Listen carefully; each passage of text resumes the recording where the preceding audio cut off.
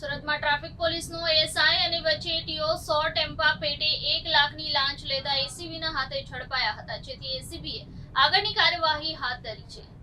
સુરત શહેર ટ્રાફિક પોલીસમાં ચાલતો વહીવટ ફરી સપાટી પર આવ્યો છે. અમદાવાદ એસીબીએ ટોલ ફ્રી નંબર પર મળેલી ફરિયાદને આધારે સુરત ટેક્સટાઇલ માર્કેટમાં કાર્યવાહી કરી હતી. અહીં એએસઆઈ અને વચેટીઓ 100 ટેમ્પો પેટે 1 લાખની લાંચ લેતા ઝડપાઈ ગયા હતા, જેથી એસીબીએ આગળની કાર્યવાહી હાથ ધરી છે. ઉધના ઉદ્યોગનગર પાસો શોપિંગ સેન્ટરમાં તેનાથી 5 વર્ષથી રાખેલ વહીવટદાર સંજય પાટીલને મોકલ્યો હતો, જ્યાં એસીબીએ છટકું ગોઠવી 1 લાખની લાંચ લેતા સંજય પાટીલને પહેલા રંગે હાથે ઝડપી પાડ્યો હતો.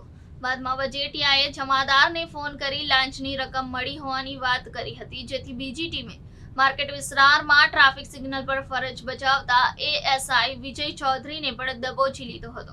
એએસઆઈ વિજય ચૌધરી અઠવા લાઇન્સમાં જે ફ્લેટમાં રહે છે તેની માર્કેટ વેલ્યુ 70 લાખ અંદાજિત છે.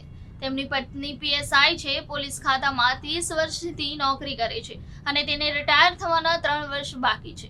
વચેટીયો સંજય પાટીલ અગાઉ ટેમ્પો એસોસિએશન સાથે સંકળાયેલો હતો અને હાલમાં મિલોના કાપડનો કોન્ટ્રાક્ટ રાખે છે. જી ગત રોજ એન્ટી કરપ્શન બ્યુરોના ટોલ ફ્રી નંબર 1064 ઉપર ફરિયાદીની ફરિયાદ મળેલી સુરત શહેર ટ્રાફિક પોલીસ દ્વારા